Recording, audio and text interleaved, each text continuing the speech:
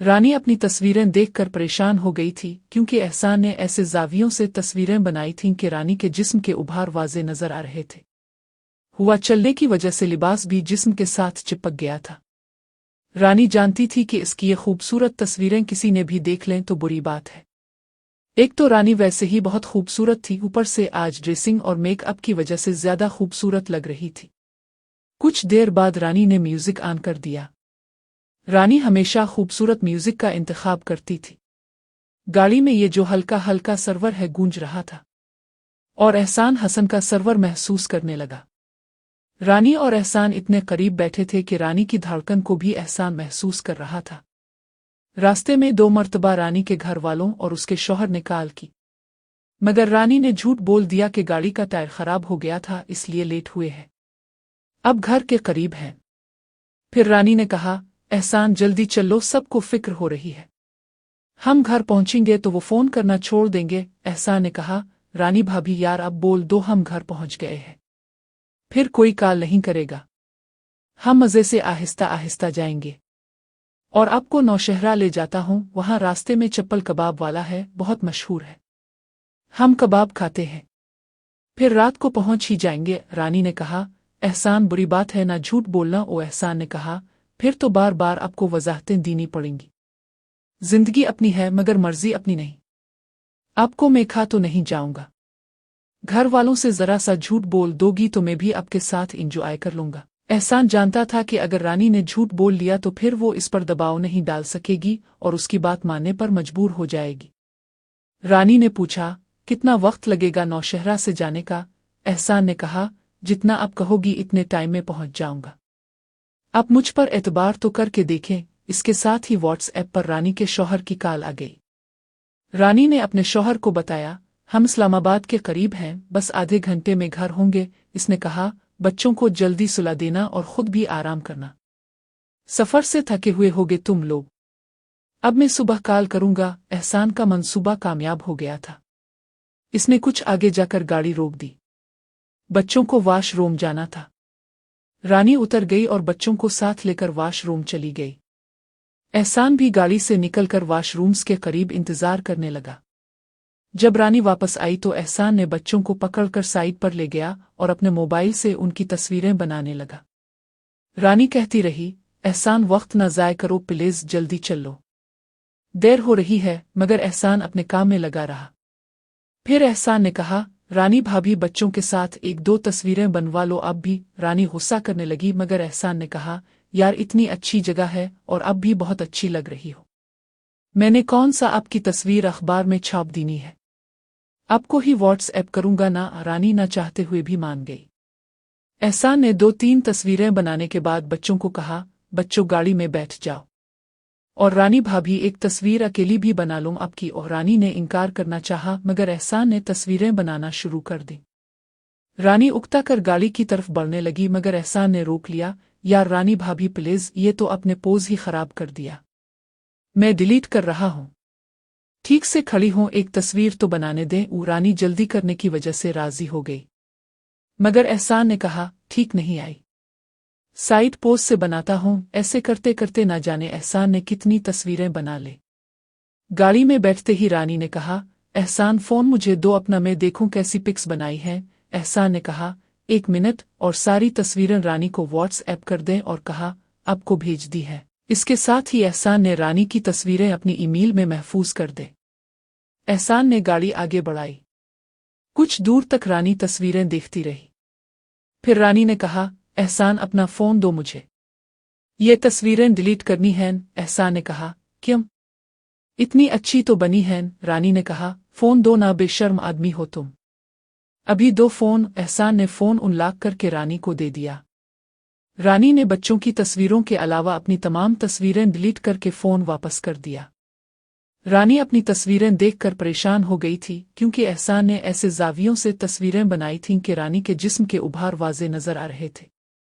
हुआ चलने की वजह से लिबास भी जिस्म के साथ चिपक गया था। रानी जानती थी कि इसकी ये खूबसूरत तस्वीरें किसी ने भी देख लें तो बुरी बात है।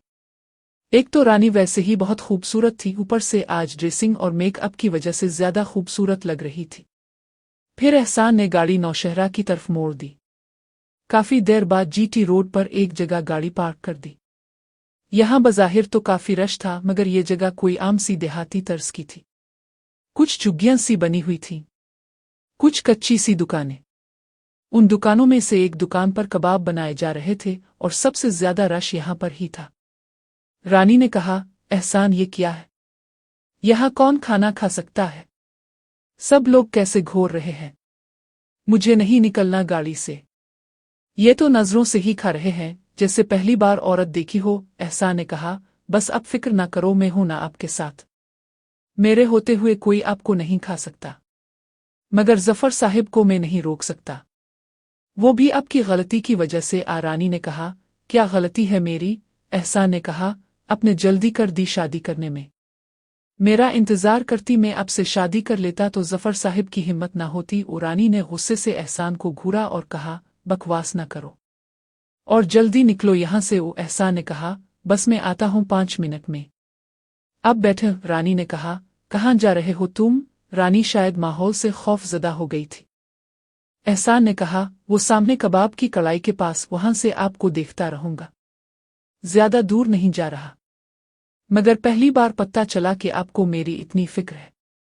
आप मुझे दूर जाने से रोक रही हैं। रानी ने गुस्से से कहा, एहसान, तुम बेशर्म हो गए हो।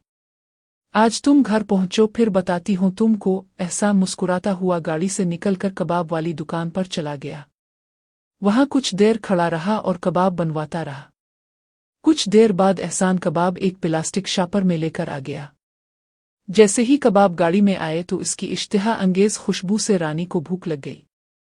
एहसान ने गाड़ी निकाली और कुछ दूर जाकर रोड साइड पर रोक ली। फिर एहसान ने गाड़ी की डिग्गी से कपड़े के नैपकिन निकाल कर लाए और एक रानी की गोद में फैला दिया, दूसरा अपनी गोद में। एहसान ने कबाब वाला शापर खोला और इसमें से एक अखबार निकाल कर इस पर एक रोटी रखी और रोटी के ऊपर 2-3 कबाब रख कर रानी को पकड़ा दिए। फिर एहसान ने एक अखबार में एक रोटी पर कबाब के टुकड़े करके रखे और पीछे बच्चों के दरमियान रख दिए ताकि बच्चों को कबाब तोड़ने में दुश्वारी ना हो, और सीट के पीछे से पानी की बोतलें निकालकर सबको एक एक बोतल पकड़ाई। इसके बाद एहसान ने अपने लिए भी खाना निकाला और मज़े से गोद में रखकर खाने लगा। गर्म गर्म कबाब वाकई बहुत मज़ेदार थे। सब ने खाना खाया और फिर एहसान ने सबसे अखबार वगैरह लपेटकर एक शापर में डाले और बाहर रख कर आ गया। रानी ने कहा, एहसान, बहुत अच्छे कबाब हैं। तुम तरीका पूछ लेते उनसे कि कैसे बनाते हैं। मैं घर में बना लेती कभी। एहसान ने एक कहका लगाया। गाड़ी नौशहरा से इस्लामाबाद की तरफ बढ़ रही थी। रात की तारीकी फैल चुकी थी। बच्चा पिछली सीट पर सोया हुआ था जबकि बच्ची वीडियो गेम खेल रही थी। बाहर बारिश हो रही थी। गाड़ी के अंदर हीटर चल रहा था क्योंकि बारिश की वजह से सर्दी सी हो रही थी। गाड़ी की स्क्रीन पर वाइपर पानी को साफ करने में मसरूफ थे, जबकि गाड़ी में अताउल्ला का गाना धीमी धीमी आवाज में चल रहा था। एहसान की उंगलियां म्यूजिक के साथ शतरंज पर थपक रही थीं। रानी का मूड बारिश की वजह से मजीद खुशगवार हो गया था, वरना देर हो जाने के बाइस कुछ देर कबल रानी गुस्से में थी। गाड़ी में अब भी चपली कबाब की खुशबू फैली हुई थी क्योंकि एहसान ने घर ले जाने के लिए भी कबाब पैक करवा लिए थे, शायद मुलाजमों के लिए या किसी दोस्त के लिए। एहसान ने गाड़ी की खिड़की जरा सा नीचे कर ली और गाड़ी की कंसोल से सिगरेट लाइटर उठाकर सिगरेट सुलगा लिया और किश लेने लगा। गाड़ी में मालब्रो हॉट की खुशबू फैल गई। रानी को हमेशा से मालब्रो की खुशबू पसंद थी, मगर रानी ने एहसान पर अपनी पसंदीदगी का इजहार करना मुनासिब ना समझा, बल्कि एक बार घोर कर एहसान को देखा।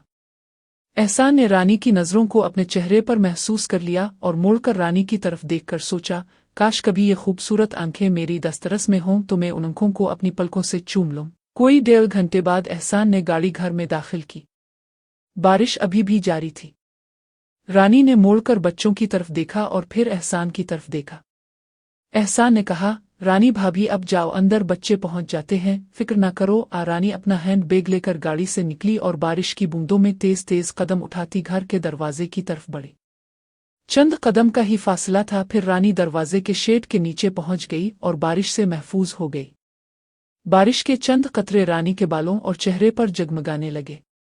रानी ने मोड़कर गाड़ी की तरफ देखा तो एहसान ने सोचा, ये कतरे अपने होंठों से चूम लूं, मगर ये सिर्फ काश इसके दिल तक ही महदूद रहा।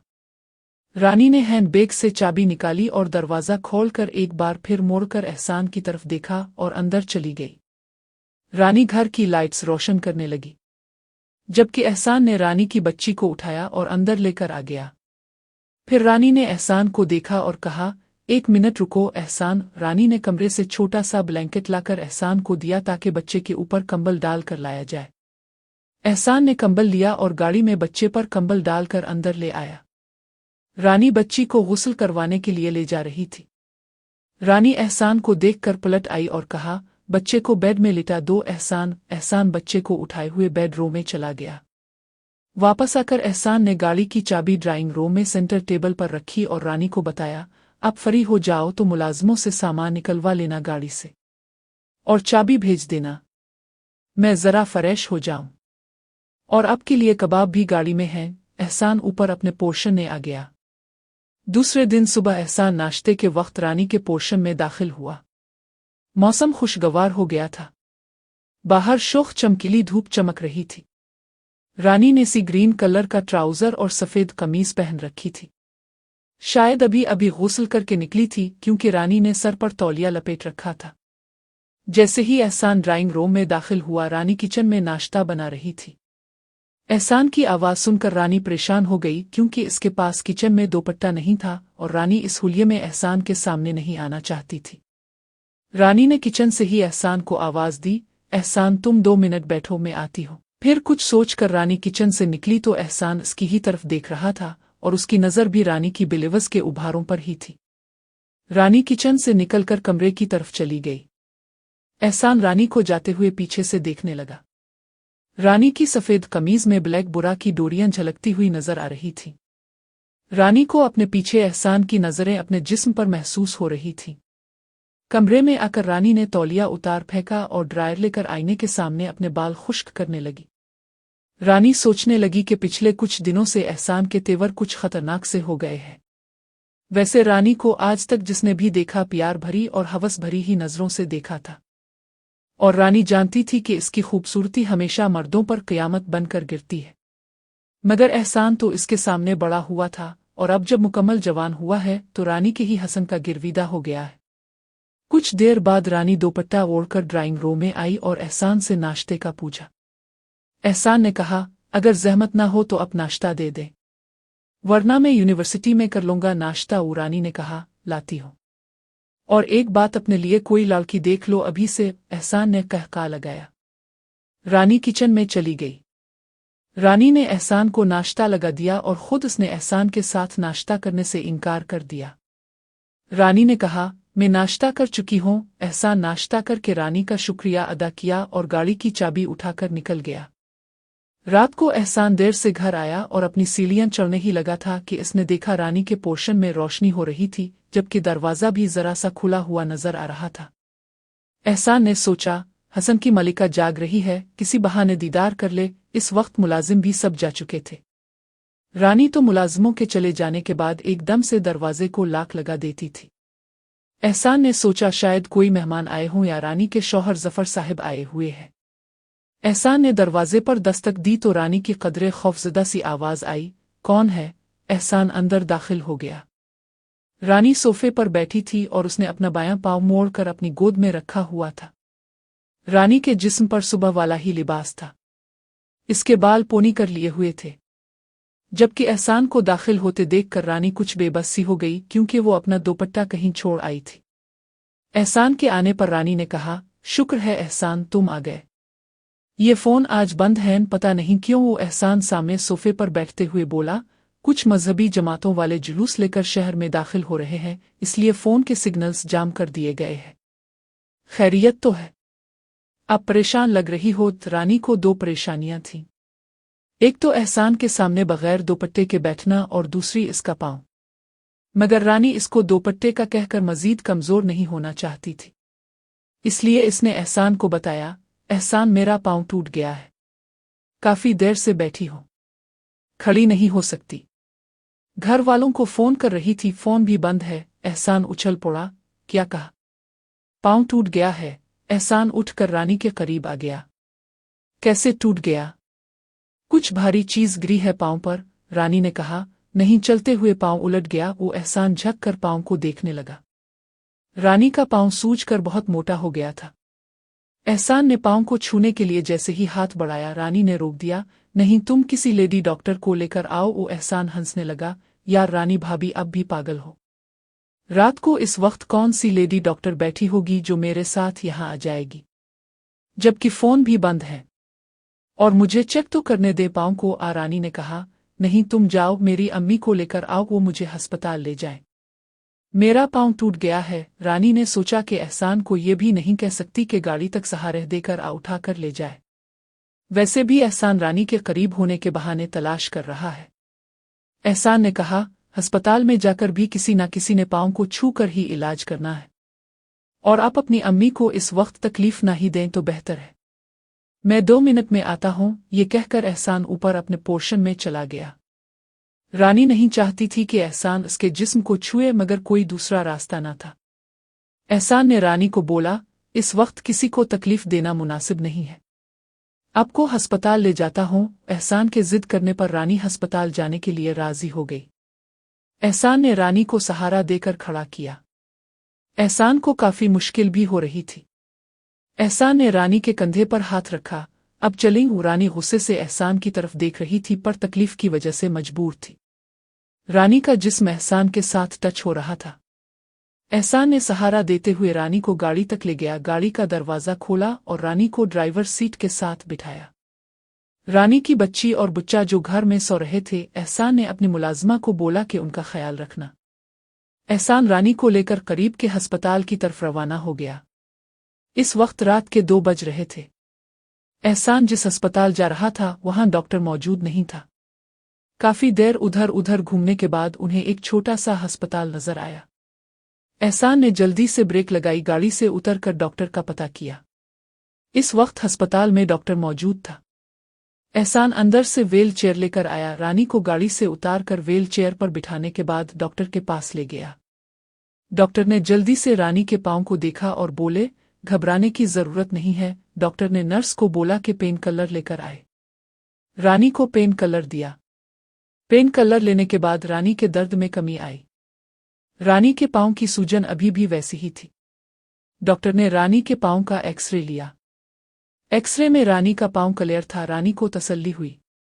डॉक्टर ने नर्स को बोला कि मैम के पांव पर क्रीम लगाकर मसाज कर दें और ऊपर से गर्म पट्टी कर दें। डॉक्टर ने एहसान को कुछ मेडिसिन लिख कर दे। रात के इस पहर फार्मेसी बंद थी। एहसान ने रानी को व्हील चेयर पर लाने की बजाय रानी को बोला, आपको उठाकर ले जाऊं। रानी को इस वक्त एहसान पर इस कदर गुस्सा था, पर रानी ने अपना गुस्सा पी लिया आसपास लोगों को देखकर। रानी एहसान की सहारे से खड़ी हुई। एहसान ने रानी के कंधे पर हाथ रखा। अब एहसान रानी के जिस्म के साथ जिस्म टच कर रहा था। रानी खामोश चलती रही। गाड़ी में एहसान ने रानी को बिठाया और घर के लिए चल पड़े। घर पहुंचकर एहसान ने रानी को उनके कमरे तक ड्रॉप किया। रानी अब भी खामोश थी। एहसान ने रानी से सॉरी भी की। रानी ने कोई जवाब नहीं दिया। एहसान भी वहां से चल पड़ा और मुलाजिमा को भेजा कि रानी मैम को मिलकर उनको बोले कि अब आराम करे। उधर रानी को एहसान पर तरस आ रहा था। मुझे इसके साथ ऐसे नहीं करना चाहिए था। अब रानी को एहसान को लेकर नींद नहीं आ रही थी। उधर एहसान भी रानी को लेकर परेशान था। मैंने क्या कर दिया? रानी से कैसे नजर मिलाऊंगा? सुबह को रानी के हस्बैंड की कॉल आती है, स्वीट हार्ट कैसी हो? रानी ने उनको अपने पांव पर आने वाले जख्म के बारे में नहीं बताया। उनको बोल देती है, मैं ठीक हूं। रानी के हस्बैंड ने कहा, रानी एक बुरी खबर है। रानी तो परेशान हो जाती है, बताएं कौन सी खबर है? खैरियत तो है। रानी का हस्बैंड, खैर ही है। मुझे कंपनी की डील के मुतालिक दूसरे ममालिक भेज रही है। मुझे इसके लिए कल ही निकलना पड़ेगा। अब बच्चों का ख्याल रखना और किसी भी चीज़ की ज़रूरत हो तो एहसान को बता देना। रानी संजीदा हो जाती है और काफ़ी परेशानी भी। अपना और बच्चों का ख्याल रखना। अल्लाह हाफिज रानी। खुदा हाफिज। अब भी अपना ख्याल रखिएगा। अब रानी का जख्म पहले से बेहतर हो चुका था। रानी अपने जख्म से इतना परेशान नहीं थी। इसको एहसान की खामोशी बेचैन कर रही थी। एहसान ने मुलाजिम के हाथों रानी की मेडिसिन भिजवा दी और मुलाजिम को बोला कि रानी को मेडिसिन के साथ साथ दूध भी देते आना। मुलाजिम ने रानी की डोर नाक किया और इजाज़त लेकर रूम में दाखिल हो गया। रानी को मेडिसन और दूध दे दिया। रानी ने मुलाजिम से पूछा, एहसान किधर है? मुलाजिम ने बताया, साहिब रूम में सो रहे थे। रानी ने मुलाजिम को बोला, अब बच्चों को भी ब्रेकफास्ट करवा दें। और मुलाजिम, ठीक है बाजी। मुलाजिम ने बच्चों को उठाया, उनका मुंह धुलवाया, ब्रेकफास्ट करवाया। इसके बाद रानी के रूम में छोड़ दिया। बच्चों ने रानी के पांव पर जख्म देखकर पूछा, मम्मा पांव पर क्या हुआ है? रानी ने बच्चों से कहा, बेटा कुछ भी नहीं, छोटा जख्म था, अब ठीक हो गया है। रानी चल फिर सकती थी। एहसान 2 से 3 दिन रानी को नजर नहीं आया। रानी को एहसान का नजर न आना बेचैन कर रहा था। रानी अपनी बेचैनी को तोड़ते हुए एहसान के रूम चली गई। एहसान सोया हुआ था। रानी ने एहसान को गुस्से से उठाया और बोली, क्या मसला है तुम्हें? एहसान कुछ भी नहीं बोला। रानी ने एहसान के सर पर हाथ रखा, इसको तो टेम्परेचर बहुत था। रानी ने जल्दी से मुलाजिम को बुलाया और बोली, पट्टी और पानी लाकर दो। रानी ने एहसान के सर पर पट्टी रखे और बोले, अपना ख्याल नहीं रखते। रानी ने डॉक्टर को बुलाया। तब तक एहसान का टेम्परेचर पहले से कम हो चुका था। डॉक्टर साहब ने एहसान का चेक किया और बोले, ये किसी भी परेशानी का शिकार हो चुके हैं, अब उनकी तबीयत ठीक है, आपको मेडिसिन टाइम पर देनी होगी। रानी ने डॉक्टर का शुक्रिया अदा किया और गेट तक डॉक्टर के साथ गई। रानी एहसान को लेकर बहुत परेशान हो गई थी। रानी को पता चल गया था कि एहसान जिस परेशानी में मुब्तला है वो परेशानी में हो। रानी डॉक्टर को गेट तक छोड़ने के बाद एहसान के पास आकर बैठ जाती है। एहसान अभी तक नींद में होता है। रानी पास बैठकर एहसान को देख रही होती है। कुछ देर के बाद एहसान की आंख खुलती है। वो अपने इर्द गिर्द देखता है, पास रानी को देखकर हैरत ज़दा हो जाता है। रानी मजाक में एहसान को बोलती है, मैं ही हूँ। रानी एहसान से, तुम मुझे इस तरह से देख रहे हो जैसे मैं कोई चुड़ैल हूँ? एहसान रानी से पूछता है, आप यहाँ पर कब से बैठी हैं और बच्चे कहाँ पर हैं? रानी एहसान को बताती है, मैं पिछले 4 घंटों से यहीं पर हूँ। आपको तो टेम्परेचर बहुत ज्यादा था, आपने मुझे बताना तक गवारा नहीं समझा। वो एहसान रानी को, मैं आपको परेशान नहीं करना चाहता। वो रानी, एहसान हम एक फैमिली हैं, इसमें परेशानी वाली कौन सी बात है? एहसान रानी को बोलता है, अच्छा अब जाएं, आराम करें और बच्चों को देखें। रानी एहसान को बोलती है, चली जाती हूँ, बहुत जल्दी है भेजने की। नहीं, ऐसी बात नहीं है, आप कब से मेरे पास बैठी हैं, इस वजह से आपको कह रहा था। रानी के हस्बैंड को मुख से गए हुए 3 दिन गुजर गए थे, इसने भी वहां जाकर कोई राबता नहीं किया। रानी बहुत परेशान हो गई थी, उनको क्या हो गया है? ये तो मेरे बगैर एक पिल नहीं गुजार सकते थे। रानी ने मुलाजिम को बुलाया, एहसान के बारे में पूछा, इसको टाइम पर मेडिसिन दी है? मुलाजिम ने रानी को बताया, जी मैम, उनको टाइम पर मेडिसिन दी थी। रानी, चलें ठीक है, अब जाएं। रानी एहसान की इयादत के लिए इसके रूम में जाती है।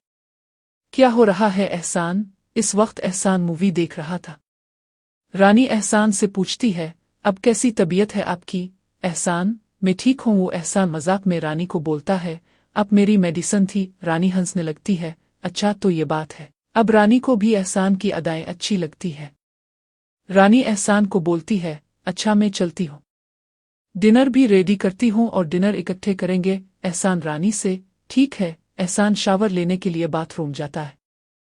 फ्रेश होने के बाद रूम में ड्रेस चेंज करता है।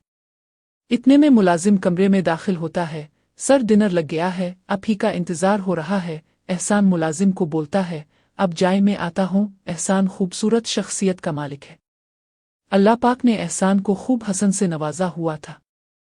एहसान रेडी होकर डिनर के लिए जाने लगता है।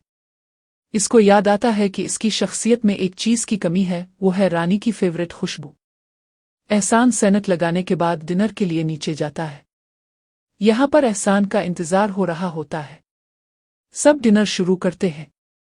बच्चे, एहसान चाचू अब कहाँ रह गए थे? हम लोग भूख से मर रहे थे। सब हंसी पर पड़ते हैं। एहसान, अच्छा ये बात थी। रानी तो एहसान को देखे जा रही थी। डिनर के बाद एहसान बच्चों को लेकर लान चला जाता है। वहां पर वॉक करते हैं। उधर रानी अकेली होती है, वो भी लान आ जाती है। रानी कुछ देर बाद बच्चों को लेकर रूम आ जाती है। एहसान भी गाड़ी लेकर बाहर निकल जाता है। रानी बच्चों को सलाह देती है, एहसान तुम इस वक्त कहाँ गए हो? पहले ही तुम्हारी तबीयत ठीक नहीं थी।